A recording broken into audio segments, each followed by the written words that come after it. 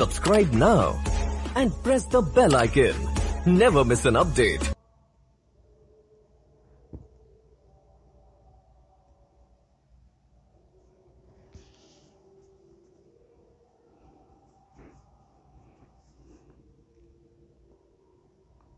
रैखिक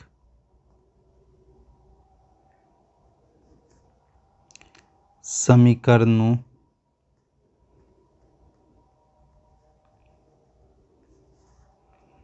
के निकाय का हल।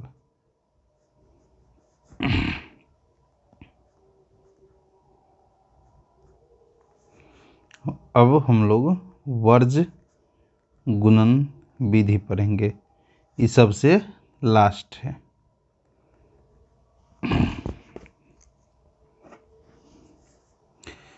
The solution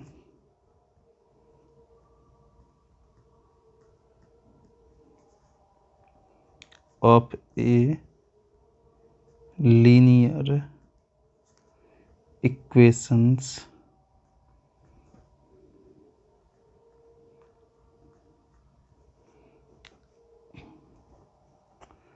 cross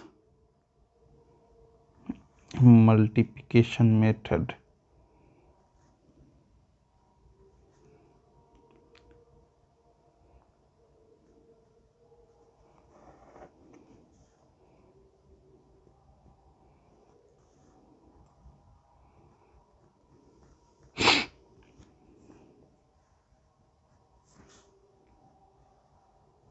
देखिए अब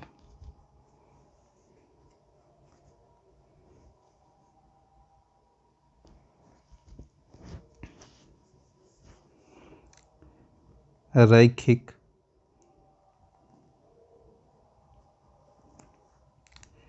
समीकरण नो के निकाय को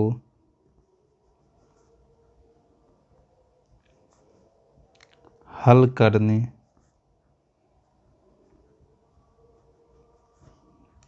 की प्रतिस्थापन विधि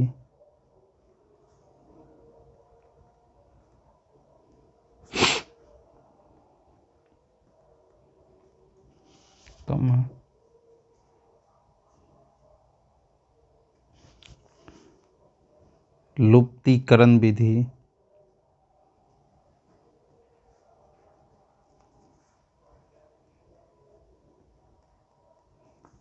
और तुलनात्मक विधि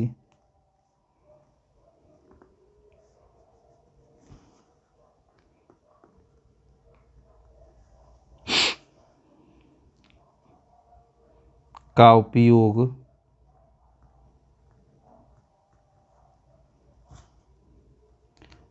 तभी प्रभावी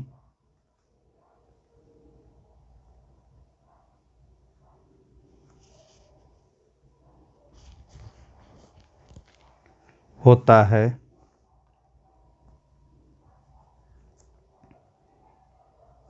जब समीकरणों के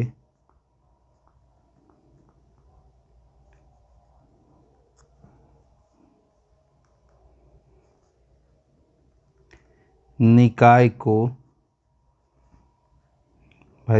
के हल अद्वितीय हो।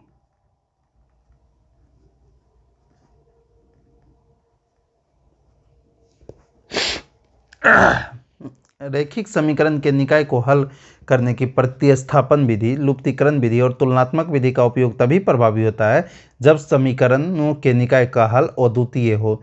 मतलब यह हुआ, जो प्रतिस्थापन विधि हो, लुप्तीकरण विधि हो या तुलनात्मक विधि हो, इस तीनों विधि का उपयोग तभी किया जाता है जब समीकरण निकाय का हल कौन सी हो, अद्वितीय हो। लेकिन वर्ज गुणनखंड या वर्ज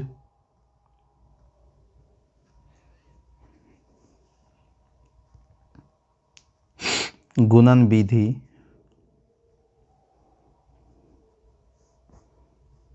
उन सभी समीकरणों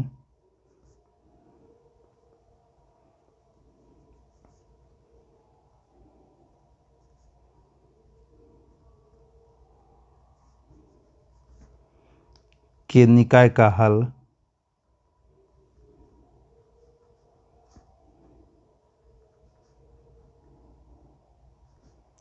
प्राप्त होता है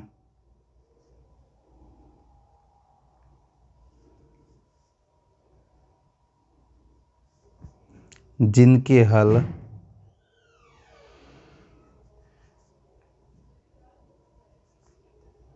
अद्वितीय हो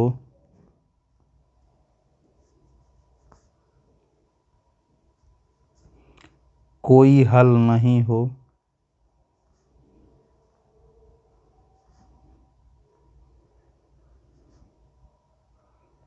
या अनंत हल हो।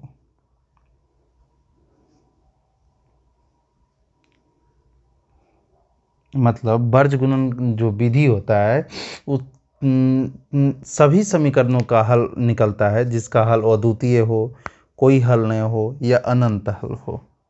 ठीक है, लेकिन वह तीनों जो विधि है वह तभी प्रभावी है जब सिर्फ अद्वितीय रहता है, तब अन्यथा प्रभावी ही नहीं होता है। चलिए अब माना कि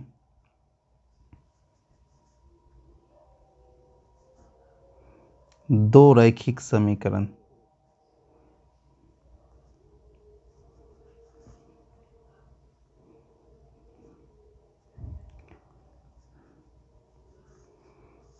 एक a1x plus b1y plus c1 बराबर 0, इसको हम लोग समीकरण फर्स्ट मान लेंगे। और सेकेंड इक्वेशन लेते हैं a2x plus b2y plus c2 equal to 0, इसको समीकरण 2 लेते हैं। ठीक है, जहाँ a1 0 के बराबर नहीं हो सकता है, b1 भी 0 के बराबर नहीं हो सकता है, a2 भी 0 के बराबर नहीं हो सकता है और b2 भी जो है 0 के बराबर नहीं है। अब देखिए, अब हमको समीकरण 1 को देखिए, यहाँ पे होता क्या है, जिसे सबसे पहले x का मान निकालना है तो x को ही हमको ढकना पड़ता है। तो हम इसलिए करते क्या है, इस b1 और b2 के लिए समीकरण 1 को b2 से गुना कर देते हैं और समीकरण 1 को जो है b1 से गुना कर देते हैं, उल्टा गुना हम लोग करते हैं। तो समीकरण 1 को इसको b2 से गुना करना पड़ेगा, b2 से गुना करने पर b2 से तथा समीकरण 2 को b1 से गुना करने पर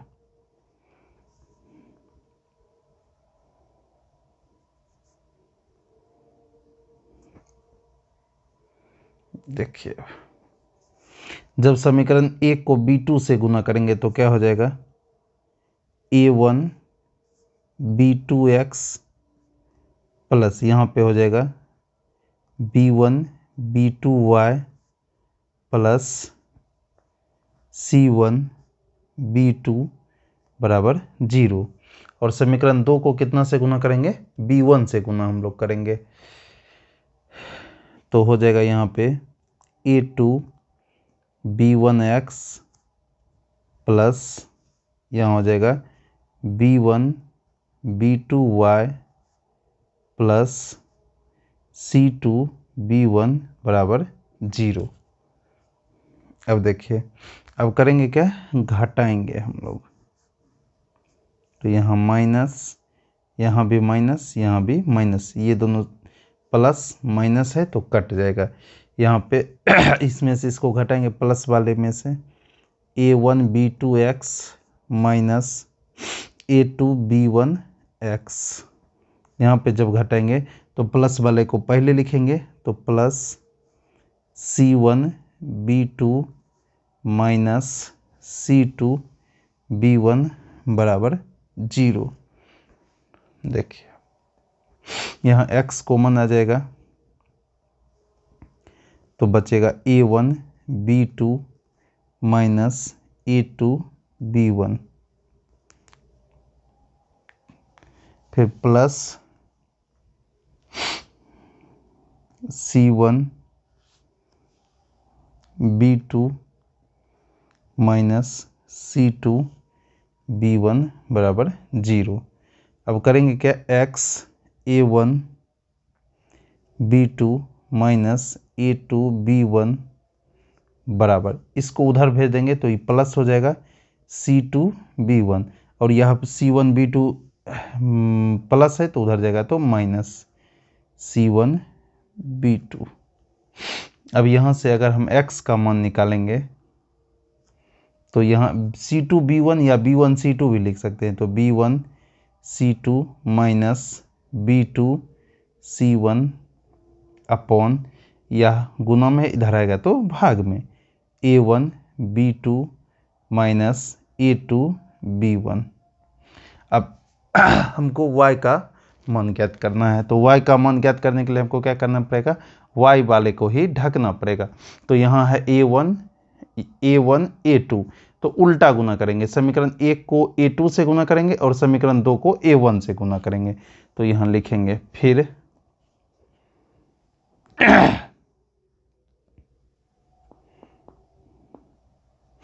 समीकरण 1 को a2 से तथा समीकरण 2 को a1 से गुना करने पर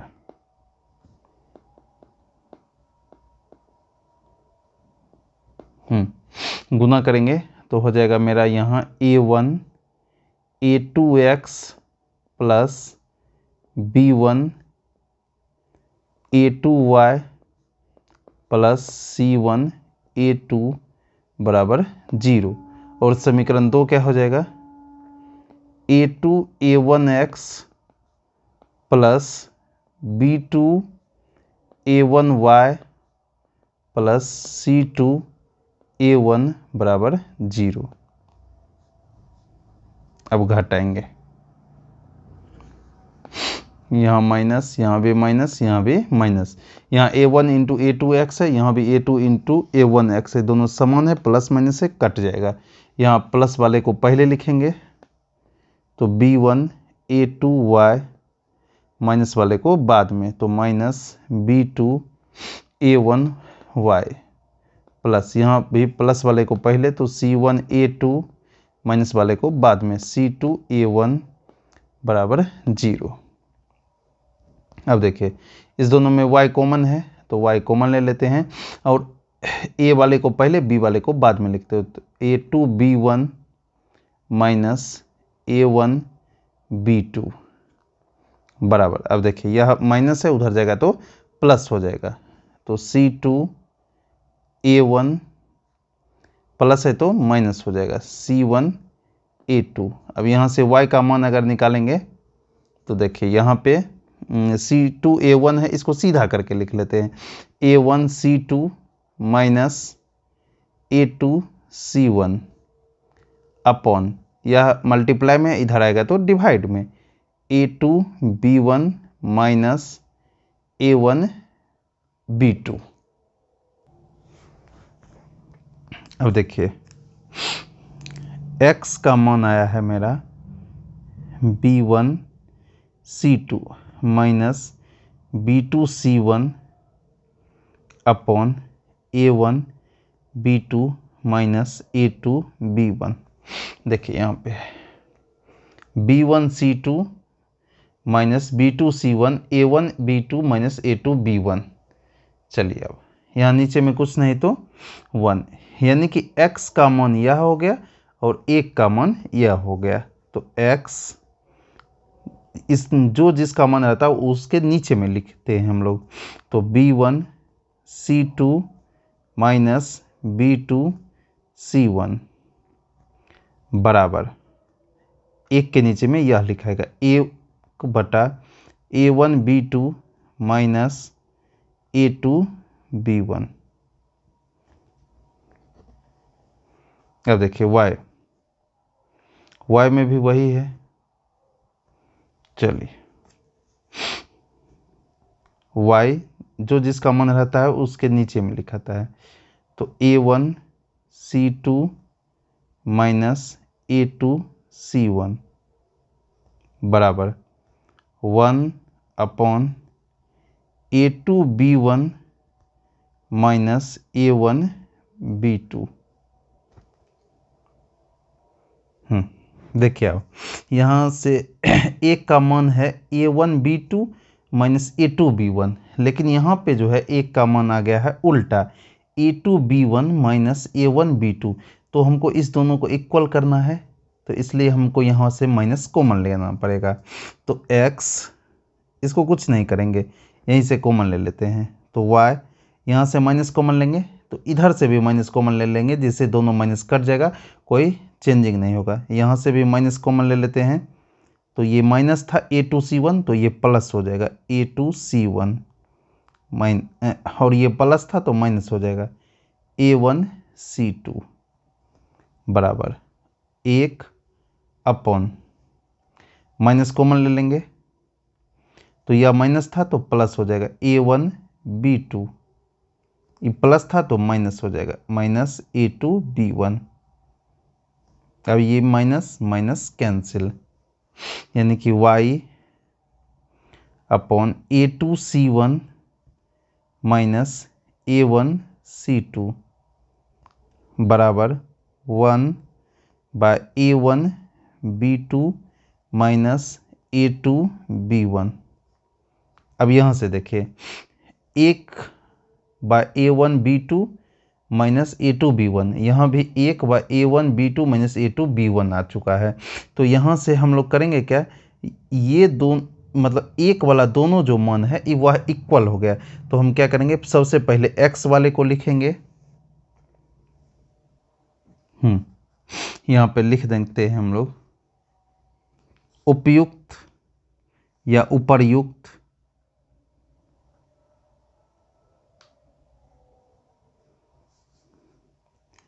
समीकरण को इस प्रकार भी लिखा जा सकता है। ऐसे वो भी मान ठीक है।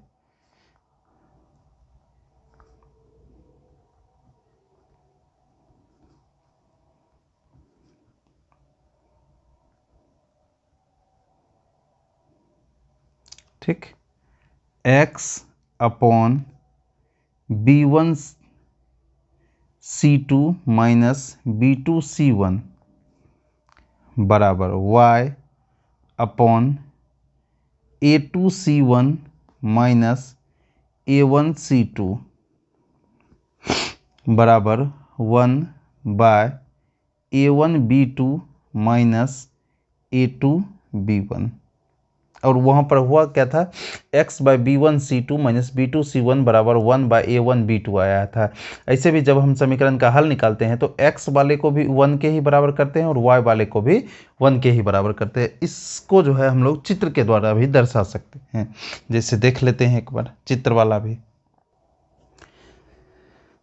समीकरण मेरा कितना था, A1x plus B1y plus C1 बराबर 0, और दूसरा समीकरण था A2x plus B2y plus C2 बराबर 0। इसको समीकरण 1 माने थे और इसको समीकरण 2 माने थे। देखिए अब सबसे पहले हमको x का वैल्यू ज्ञात करना है, तो x अपॉन जिसका वैल्यू ज्ञात करते हैं उसी को हम लोग ढक लेते हैं। तो यहाँ बचा यहाँ x, यहाँ बचा B1, यहाँ B2, यहाँ C1, यहाँ C2, फिर y। अब y वाले का मान ज्ञात करना है तो y वाले को ही हम लोग ढक लेंगे। तो y वाले को जब ढक लेंगे तो यहाँ बचेगा C1 C2, ठीक है। तो C1 C2 ऑलरेडी पहले से ही लिखा हुआ था, तो अब बचा क्या है, A1 A2। तो यहाँ हम लोग लिखेंगे A1 A2। अब हमको 1 का मान ज्ञात करना है, तो 1 का मान ज्ञात करना है यानी कि अचर का, तो हम C1 C2 को ढक लेंगे। तो बचा A1 A2, तो A1 A2 ऑलरेडी लिखा हुआ है, तो सिर्फ अब लिखना है हमको B1 B2। अब देखिए ऐसे हम लोग क्रॉस गुना कर देते हैं।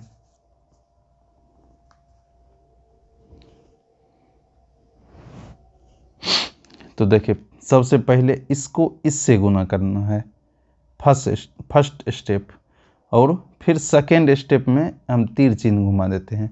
सेकेंड स्टेप में ऐसे ऐसे गुना करना है यानी कि सेकेंड। फिर देखिए फर्स्ट स्टेप में ऐसे इसको गुना करना है, और सेकेंड स्टेप में इससे इसको गुना करना है। देखिए फिर फर्स्ट स्टेप में A1 को B2 से गुना करना है, सेकेंड स्टेप में A2 को B1 से गुना करना है।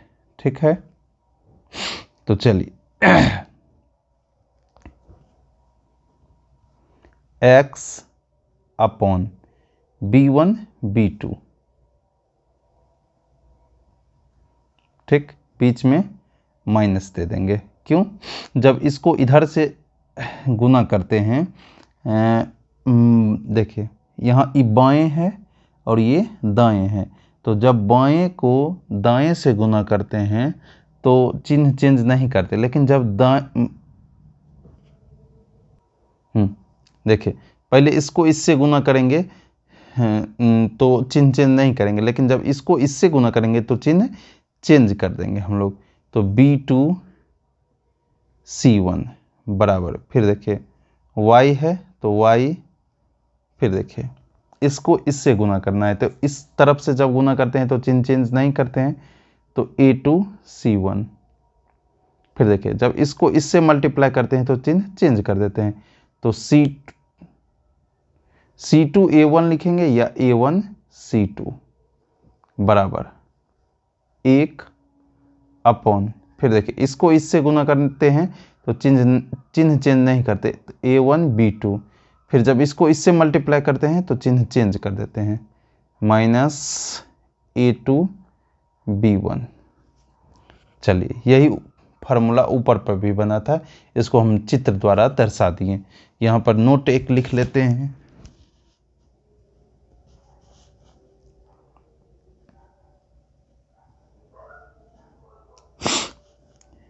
इस आकृति में संख्याओं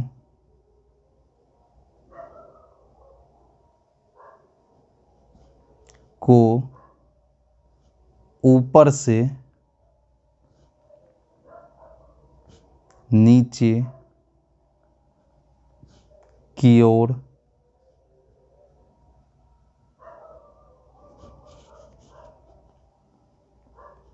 एवं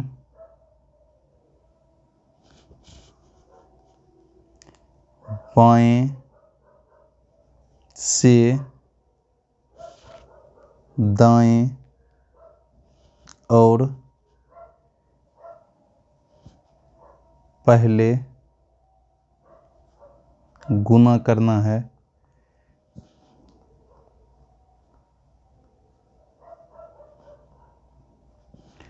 तथा फिर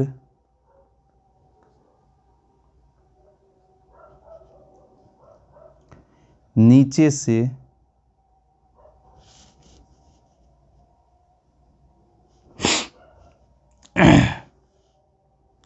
ऊपर की ओर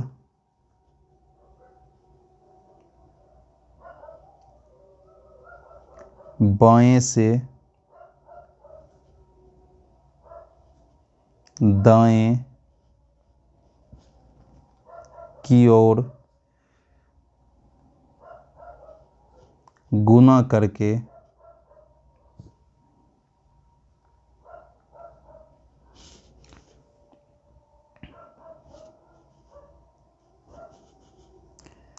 पहले गुणनफल में से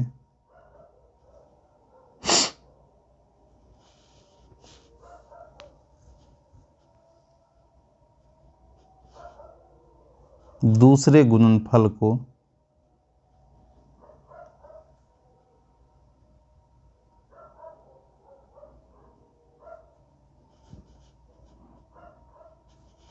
घटा देना है।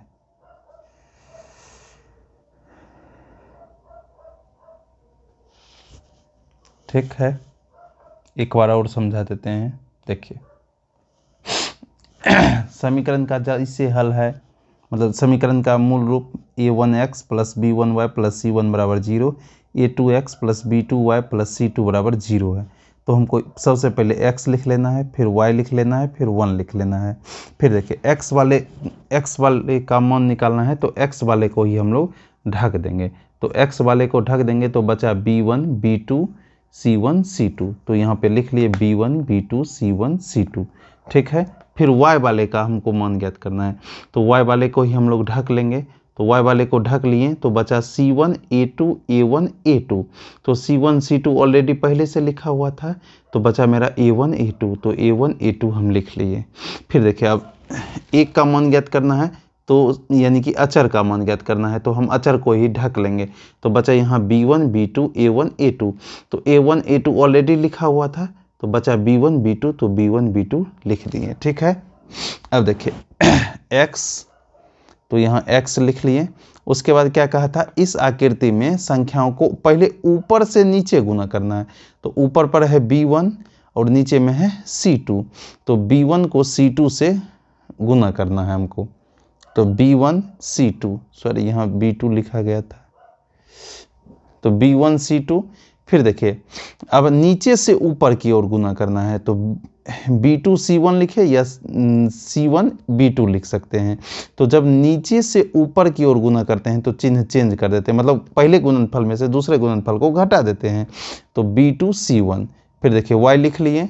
फिर ऊपर से नीचे गुना करना है, तो c1 a2 या a2 c1 लिख सकते हैं। तो a2 c1। फिर नीचे से ऊपर की ओर जाना है, तो c2 a1 या a1 c2 लिख सकते हैं। तो यहाँ पे लिखा हुआ है a1 c2। उसके बाद क्या करना है, पहले गुणनफल में से दूसरे गुणनफल को घटा देना है। फिर यहाँ 1, तो 1 लिख दिए। फिर देखिए ऊपर से नीचे गुना करना है, तो a1 b2। फिर नीचे से ऊपर की ओर गुना करना है, a2 b1। तो a2 b1 और पहले गुणनफल में से दूसरे गुणनफल को घटा देना है। यही मेरा सूत्र है, और इस पर हिसाब देखते हैं हम लोग।